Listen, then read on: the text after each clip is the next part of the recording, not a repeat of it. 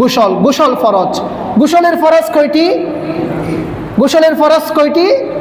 আলহামদুলিল্লাহ, আমার মুসল্লি ভাইয়েরা তো এডুকেটেড পারসন, মাশাআল্লাহ। এক জায়গায় জিজ্ঞেস করলাম গোসলের ফরজ কয়টি, বলছে 5টি।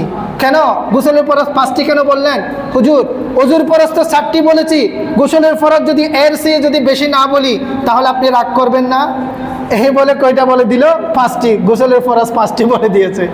আচ্ছা, আলহামদুলিল্লাহ। গোসলের ফরজ কয়টি? 3টি। 1 নাম্বার, গড়গড়ার সাথে কুলি করতে হবে, নাকে পানি দিতে হবে, নাকের ভেতরের অংশ পর্যন্ত খুব ভালোভাবে পরিষ্কার করে নিতে হবে। 3 নম্বরে হচ্ছে পুরো শরীরের মধ্যে পানি পৌঁছে দিতে হবে। এই 3টা হচ্ছে গোসলের ফরজ। এই 3টা কাজ যদি আমরা প্রপারলি না করি, যথাযথভাবে যদি আমরা না করি, তাহলে আমার আপনার ফরজ গোসল যাদের ফরজ হয়েছে, গোসল ফরজ হয়েছে, তাদের পবিত্রতা অর্জন হবে না। আল্লাহ পাক আমাদেরকে পবিত্রতা অর্জন করার তৌফিক দান করুন, বলি আমিন।